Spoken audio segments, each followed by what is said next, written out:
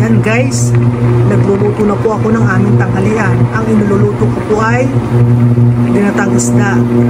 Ang mga sangkap po ay peke Tagalog, bawang, at nabigyan ko po ng suka. Pakukulang po natin sa suka. Pag natuyo na po, tsaka po natin lalagyan ng gata. Maya-maya po ibalikan po natin.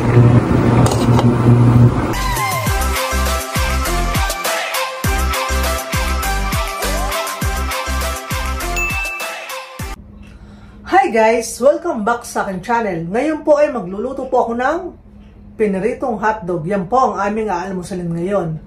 At maghihiwa na rin po ako ng pipino at ng bell pepper. Yan po ang terno ng aming piniritong hotdog. At gagawa na rin po ako ng sausawan, ketchup na may mayonnaise. Magkakape na rin po kami dahil po malamig ang panahon ngayon, maulan po dito sa amin. Nagasing po pala ako ay alas 4, kaya maaga po ako nagluto ng aming almusal. At mamaya naman po ay ako po nakatoka sa pagluluto ng tanghalian. At ngayon po, samahan niyo po kaming mag-almusal. Let's go! Guys, ngayon po ay magluluto po ako ng hotdog. Pinapakulong ko po muna sa kaunting tubig bago ko po iprito. Basa po ang kalsada ngayon. Umuulan-ulan po dito sa amin. Madilim-dilim pa, maaga po ako nagising, 4:30. Maaga po akong nag-asikaso ng aming uulamin. Napakulong ko na po ang mga hotdog. Itinapon ko na po ang tubig na pinagkuluan. At diyan ko na rin po ipiprito. Ngayon po ay isasalang na po ulit natin ang ating hotdog. Lalagyan na po natin ng konting mantika. Hindi na po malakas sa mantika yan kasi po nailaga na. Ngayon po ay pipirituhin ko na po ang mga hotdog. Iyan po ang aalmusalin namin ngayong umaga. At ngayon po ay ready nang hanguin ang ating mga hotdog. Mabilis na pong maluto yan, gawa ng nilaga ko po muna yan bago ko po ipinirito. Dapat po talaga ang hotdog ay nilalaga po muna bago po piniprito. Tingnan nyo naman po, ang daming cheese, naglalabasan po ang mga cheese. Luto na po ang ating mga hotdog. Yan po ang aming almusal ngayon. May piniritong hotdog, tapos po meron pong hiniwang pipino at bell pepper. Ito po ang aming sausawan. Mayonnaise na may ketchup. At meron po kaming kape. Maghahati na lang po kami mag-asawa. Oh my God! Wow! Kakain na po kami mag-asawa. Yan guys, kain po tayo.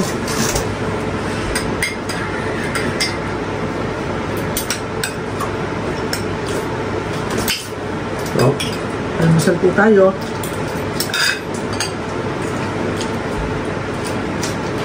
Bell pepper.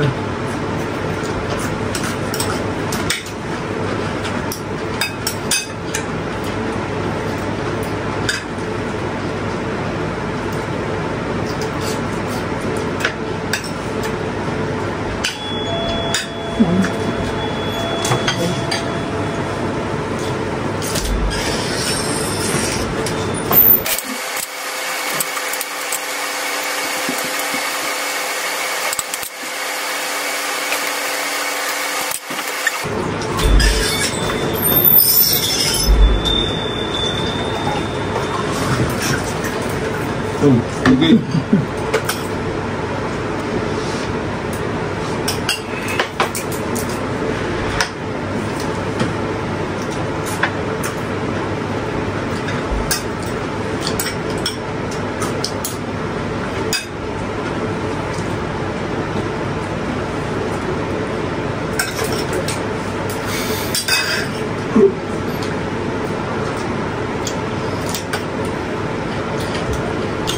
Pipino na lang.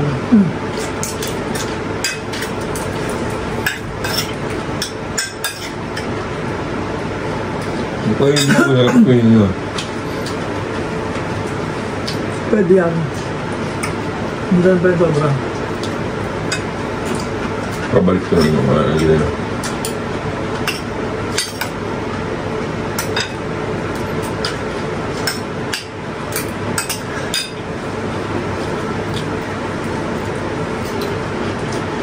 Ito dapat kinakain ng matutanda kasi ano to, collagen.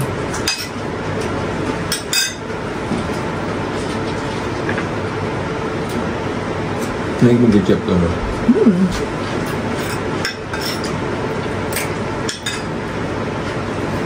Kasi pag tumatanda na, nawawala na yung collagen lalo sa mga babae. Kaya dapat ito mataas ang collagen ito. No!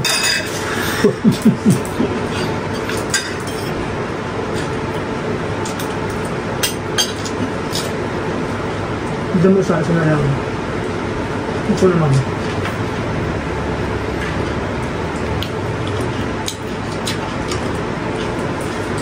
Tama na yung rugay, ha?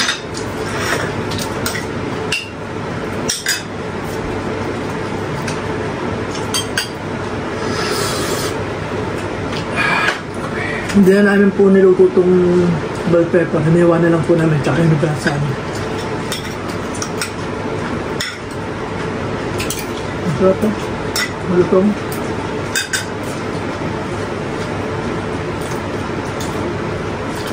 Para ka rin kumain ng makope eh.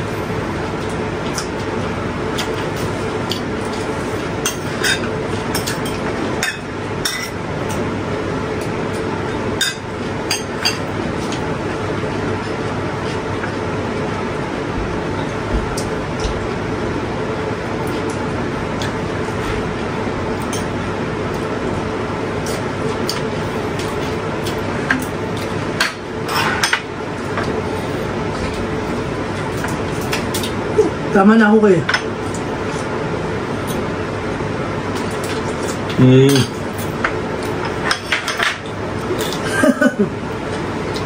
Ang talila niya. Asa?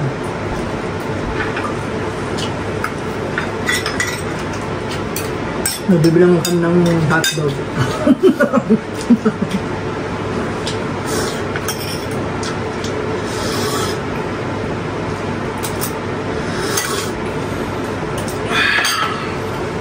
Kanan sa kanan. Yan ba? Dahil ako na yun. Oo. Ano mga nito eh?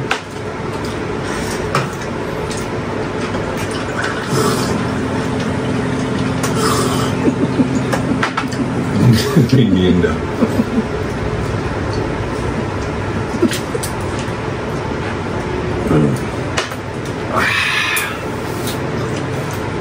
Daming keso ah. Daming keso.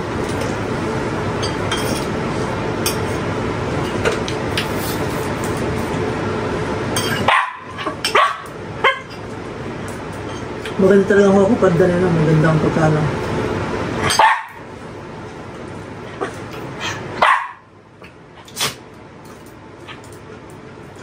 Tama na yan, last na yan. Kinakain mo agad mo agad eh.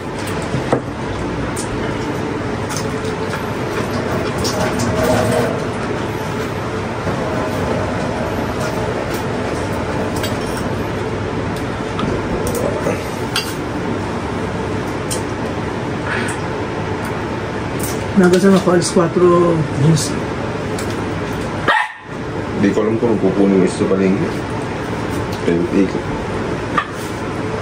Magmala yung bangus to nilpis eh. Tumakas ng 15 pesos. Hindi ako kumuha. Ano mo? Tunda. Kambakol.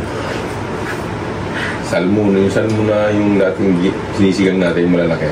Kaya lang maliliit lang yun. Tapos flying fish sa kahipon na 4 na kilo. Fildohan eh. Kaya nag-ipon ako. Mahal na nga lang.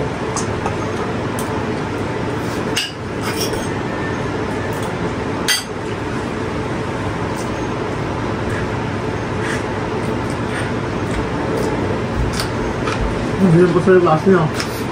Mabilim pa. Mabilim ba ang ano na yun? 10:30 na bilhin pa. Bukas ko ang babayad. Tama na ako kayo. Tama na. Tama na. Yan, misa kong babayad ng motor. Alanganin sa 19. Pinto. Hello. 20 naman daw. Judit na yun. Lunis naman yun. Hindi ko lang sa taas. Yan guys, nagluluto na po ako ng aming tanghalian. Ang inululuto ko po ay ginatang isda. Isdang buhaya daw po yan. Isda po yan ha. Nagataan ko po. Ang mga sangkap po ay peke Tagalog, bawang, at nabigyan ko po ng suka. Pakukulang po natin sa suka. Pag natuyo na po, tsaka po natin lalagyan ng gata. Maya-maya po ibalikan po natin.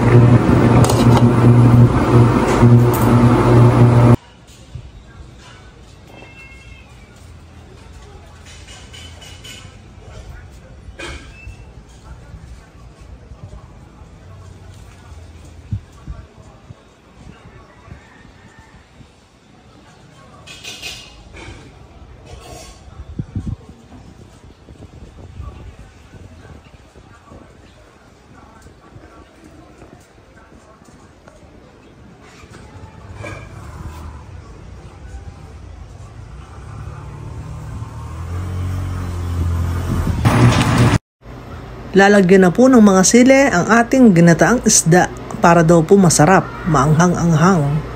Kumukulo na po ang ating ginataang isda. At ngayon naman po ay nilagyan na po ng suka. Medyo patutuyuan po natin sa suka.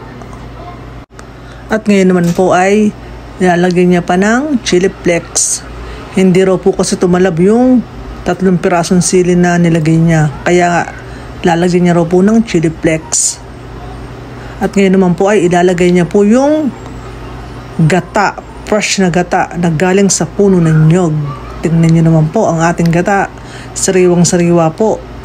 Kaya po parang namumuo yan ay nilagay niya po sa rep kanina.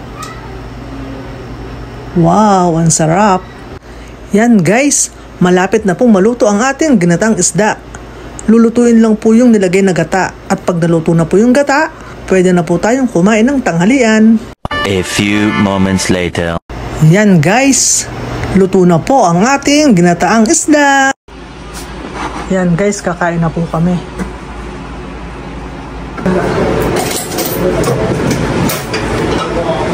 Kain po tayo guys.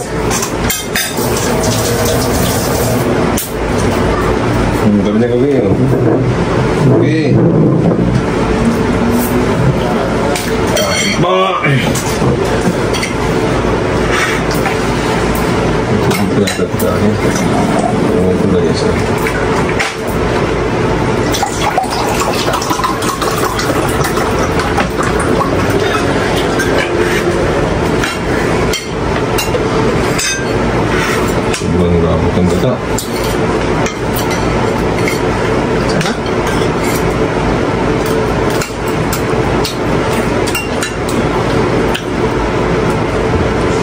Kain po tayo itlog ng isda.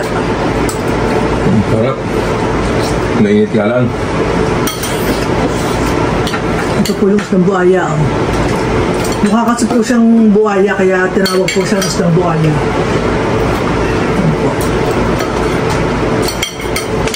Hindi na po na-videohan ng akin na po itlog. Yes, Hindi na po na-videohan ng aking asawa na nilalagay niya po sa kasarola. Nakalimutan niya po. Pag meron sa palengke nito, hindi ko ito pinapalampas. Kasi malaman. Mura lang pati yung isda na ito. Malaman na, malasa pa. Mura pa. Ang iba hindi kilala yan. Pero ako, siyempre, hindi kulala. Kaya kilala ko isda. Masarap talaga ito. Ang pa yung gata. Sarap. Malamang.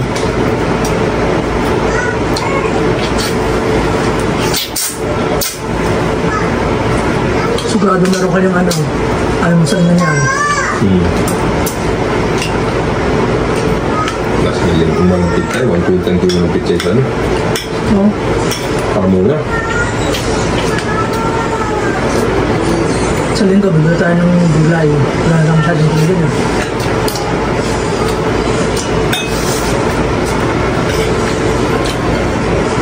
Kaya swerte yung mga may mga lupang bakante, magtanim-tanim ng mga gulay.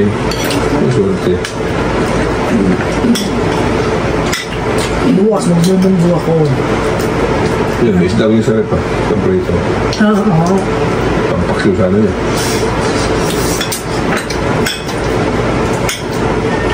May ampalaya dyan. Medyo ampalaya at saka ng malunggay. Chicharon nalagay ko.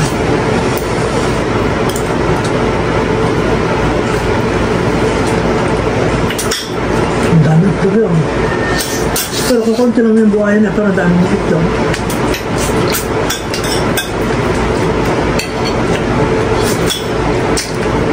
Lagi ba kasi niyan, birang hulihin niya? Hindi naman kilala nila eh. Pero yung nakakilala, talagang nahuli sa lambat siguro yan. Ang naman yun. May pusa.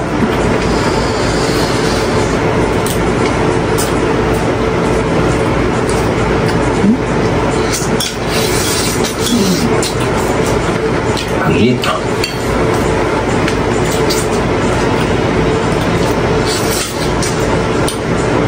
Masarap kasi pag mainit kumakain.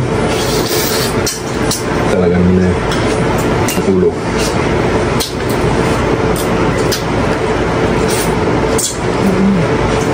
Ano ba to? Ulo ba na? Sa pabat na no? Ang ano niya, parang ano, Tony, parang sa salmon, no?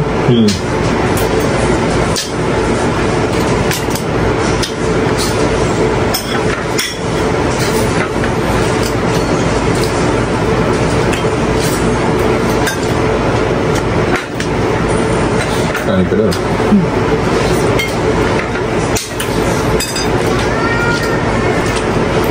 Ngayong gabi, gawa kain ng hapon. Kasamahin ko yung sila kung kumawa ng hapon.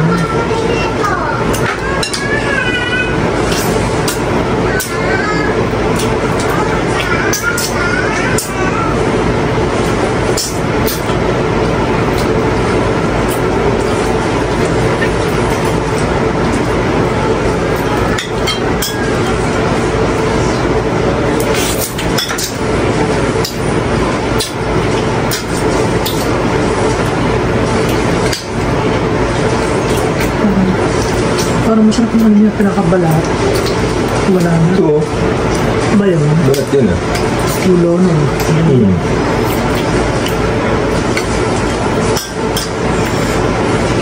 Hindi na mainit, hindi ko masusupsip yun.